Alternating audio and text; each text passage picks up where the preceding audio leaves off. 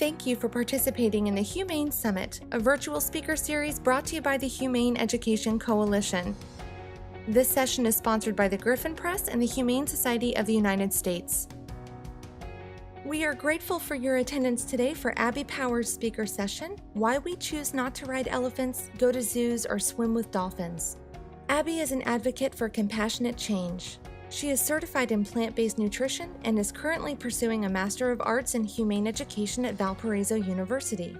As a humane educator and public speaker, Abby can be found giving presentations around topics that include animal rights advocacy, whole foods plant-based diets, environmental impacts of what we eat, how to find joy in life, and ways to change the world. At this time, I will pass things over to our speaker, Abby Power. Hi everyone, I'm delighted to be here today to explore how we as educators and caregivers can collectively start the discussion about animal protection with our youth, or as I like to explain, why we choose not to ride elephants, go to zoos, or swim with dolphins. First, I think we need to ask, why is it important to talk about animal protection? Well, I believe that children have a natural love and curiosity for animals, and I love this curiosity. However, we need to find a way to capture it so that we can create a lifelong learning environment where we can talk about animal protection in age-appropriate ways. We need to foster the development of compassion, equality, consideration of animals, so it doesn't just disappear due to social conditioning. I find that when you're opening up the discussion of animal protection, amazing discoveries happen with our youth, and ultimately it leads to a more humane world. So my son James just started kindergarten, and there are so many wonderful things happening in our schools today that we should celebrate. However, I have noticed some opportunities that could make a big impact in the world of animal protection. Here are just a few examples of work that James has brought home. So as you can see, some animals are considered farm animals while others are our companions. Some animals are supposed to be in the zoo for our entertainment while others are our food. This seems really harmless at first, but what it does, it creates a continuous feedback loop of teaching our children that some animals are here to be loved while others are here for us to eat or use. Now in November, James brought home so many turkeys, which is not surprising. They were either images of happy smiling turkeys or they were the main dish at the dinner table. Most of us wouldn't even notice this inconsistency if we weren't really looking for it. But this disparity starts long before our children even go to school. It starts in our own home and in a place we may never have guessed, in our children's books. As I read to my son, it became really clear why eating animals and using them for entertainment is so ingrained in our culture. Well, it's because we're taught this from birth, from the warmth of our family's arms. And here are just a few examples. We see pigs butchering other pigs, animal products as a staples in the family home, another scene of a happy, wonderful family dinner. Here we see where the vision of that idyllic farm comes from. Again, animals happily performing at the circus and in cages at the zoo. Even so many of our nursery rhymes are filled with stories using animals for food, clothing, or entertainment. And I have to say, it was really hard to narrow down these examples because there were just way too many to choose from. And that really should tell us something. So even this activist book had a missed opportunity when they didn't include animal protection into the story. When we start to realize that human rights, environmental issues, and animal protection are all intertwined, that's when we're going to be able to really strike at the root of so much injustice, instead of just hacking at the branches, which was famously said by Henry David Thoreau. So what can we do? Let's start with some ideas that parents and caregivers can do. First, let's foster a space for questions and exploration. Children are natural truth seekers, so let's create a space that's safe for them where they can ask those difficult questions. And also a space where they can build autonomy within themselves. Also, it's important to be kind and be patient with our children. Peer pressure and wanting to fit in is really hard for our youth to overcome. So being understanding with them will go a long way. We should create community and take action. You know, it's really important to have community around us when it gets really challenging and when we feel like we're swimming upstream. Community also helps us build momentum and be advocates for animal protection. Another idea is to get involved in school district committees. So this year, my son's superintendent reached out to teachers, community members, and parents, asking them to be part of a group that's going to define the school district's priorities for the next 5 years. Now, I have absolutely no idea what to do or what I was about to do, but I thought, what a great opportunity to bring humane education into the story. Now, talking about our books, don't get rid of all your Richard Scarry books or the books that you have that may show animal exploitation. Instead, use it as a way to open up those discussions with your children and explain how and why our society views animals the way that we do. Some other ideas that I have done with my son James is teach the art of observation. So, for example, when we are viewing animals, I might ask him to think about what he's looking at. Are the animals, how are they interacting with each other? How are they interacting with other people? What things might be different about them? What might things that we have in common? And does it matter? Also, when I'm doing my advocacy work, I always ask James if he wants to be included, if it's age appropriate, of course. He's not only seeing his mom have courage, but it's also building his own determination and bravery. And I think that's really important. And I'll give you an example of what we've done. So a couple months ago, we were at a grocery store. And in this particular store, they had a container of live lobsters. Now, the tank was filled to the top. The lobsters couldn't even move, and it was really distressing to see. So what do? Do you say something, or do you try to ignore it? It's really a difficult situation to be in. Well, my son refused to leave the store until we spoke to someone. So we found the manager of that department, and James told him that the lobsters should be returned to the sea to be with their families where they belonged. And, I couldn't have been more proud of him in that moment. He used his voice to speak up for what was right, and that took so much courage. Now, another thing you can do is learn more about plant-based eating. I'm certified in plant-based nutrition and give presentations to different communities about eating this way. And now I'm talking with a nutritionist at James's school to see how we can include more vegan-based meal options into the school meals program. And speaking of books, we can always include more books into our collection that include a humane message. Now, if you find yourself in a position where you are witnessing animal exploitation and your child is with you, don't be afraid to have an age-appropriate conversation about what's happening. This past fall, I attended the Big E, which is a state fair in Springfield, Massachusetts, and I decided to bring James along with me because I knew there were so many teachable moments I'd be able to share with him. We went to the petting zoo and animal ride exhibit, and I think his reaction was pretty natural for a young child. He adored seeing all of the animals, Minnie the elephant in particular. And when we were observing Minnie, he commented that everyone else was getting the opportunity to ride her, but he wasn't allowed. So that really allowed me to open up the discussion why riding her hurts her and why we don't do it.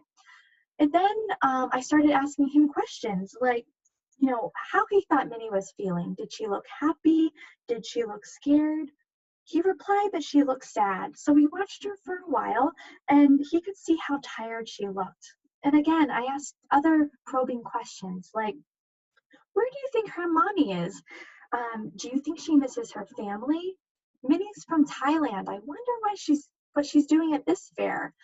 And I said, I know if we were separated that I would miss you so much.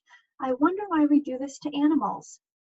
And this got James thinking about Minnie in a whole different way, in a way that he could relate to her, that she had feelings just like he did. When we take this approach, I think it's really important because the dots start to connect themselves. It's really about planting seeds, and having children come to their own conclusions is so important. It opens their critical thinking skills, and I think it's an important skill to have that we need in this society. And lastly, another tip that I have is to recommend is to write to teachers, after-school programs, parent-teacher organizations at the start of the school year, and explain why they should consider an alternative activity rather than going to the field trip to the zoo or aquarium. Children know more about dinosaurs than they do about zoo animals, and that should tell us that we don't need to go to zoos to learn about animals. Zoos teach us about animals in captivity, not in their natural habitat. I also believe it's important to offer suggestions and alternatives when approaching these groups. What other things could they do? Could they go to animal sanctuaries or a wildlife preserve, or perhaps wilderness walks in the woods? Research what's offered in your area and do some of the legwork for them. Of course, our intention is not to spoil the fun, on the contrary, but we are here to educate and advocate for a more humane and compassionate world. Now, moving on, what are some things teachers can do? Well, we can share stories of children who changed the world, like Marley Diaz, a fifth grader who is pressuring school boards to diversify reading in schools, to include more books that have Black girls as the main characters. Or Genesis Butler, who is an animal rights activist and has been campaigning for the end of animal suffering since she was 6. And of course, we cannot forget about Greta Thunberg, who with much conviction spoke out about climate change at the United Nations Global Change Conference this past December. Also, when talking about these change makers, pose the following questions to your class. What characteristics do these youth have? What is their story? What made them do what they did? By doing this, we begin to uncover that anyone can be a change maker. All you need to do is take the first step. Now, if you want to take it to the next level, maybe introduce a change-making challenge at your school. Encourage students' creative confidence by thinking of local and even global solutions. Asking students for their ideas brings them into the conversation and helps them be engaged in the community. Have them think big for big solutions. Also, introduce the concept of cognitive dissonance, and this is a really important one, especially relating to animal protection. Knowing the psychology behind cognitive dissonance will help them be able to better recognize when it's happening and the tools to overcome it. And lastly, developing the critical thinking skills in the classroom is vital. Teach students how to verify, to research, to question. Some additional tips include introducing the concept of speciesism. A way we can do this is having a lesson on animal-related language. This could be a look at common animal-related phrases, or by having a discussion and uncovering how we often strip animals of their sentience when we change our language. For example, when we say beef instead of cow, or pork instead of pig. Also, idioms such as kill two birds with one stone or take the bull by the horns are common phrases in our vernacular. Have a discussion about these phrases. What is the impact? Where did they come from? Can they come up maybe with some alternative phrases that are more inclusive and animal friendly, such as feed two birds with one stone or take the rose by the thorns? Really make it fun. Another activity to uncover the students' current mental models is by doing a systems thinking map around the language relating to animals. In my example, I used a nursery rhyme that my mother used to sing to me when I was little, and it's called Fishy, Fishy in a Brook, and it goes, Fishy, fishy in a brook, Daddy caught him with a hook, Mommy fried him in a pan, Baby ate him like a man. Wow, there is so much to unpack in that nursery rhyme. You would never imagine that such a simple child's rhyme could have such a big impact. Maybe offer your students a rhyme, a poem, experience, or a story about animals, and have them try their hand at doing system thinking map. I think it would be really fascinating to see what they would come up with. And lastly, what can our youth do?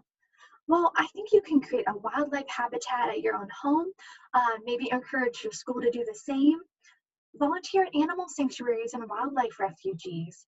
Attend the school district meetings and offer your opinion and be a voice. Also, model empathy. It's really important to, as they say, be the change you want to see in the world. And get out into your community and educate others about animal protection. Now, these are just a couple of ideas that I have, but ideas and inspiration can literally come from anywhere. And as Mr. Rogers has said, all you need to do is look for the helpers. And here are a few of my favorite helpers. At Los Patojos in Guatemala, Juan Pablo Romero is changing the way students educate. His schools don't shelter students from negative news, but encourages them to stay informed and discuss what's happening around the world. They seek to empower their youth to strengthen their critical thinking skills and bring about their creativity and foster their courage and dignity in order to be global citizens. I think we need more of this in our schools. Also, organizations such as our very own Humane Education Coalition put events such as these on to help educators and community members learn and grow and offer resources in order to spread the message of humane education. Be sure to utilize this wonderful group of talent that's right at your fingertips. Also, places like the Institute for Humane Education offer solutionary programs to help schools foster the awareness of the interconnectedness that's all around us.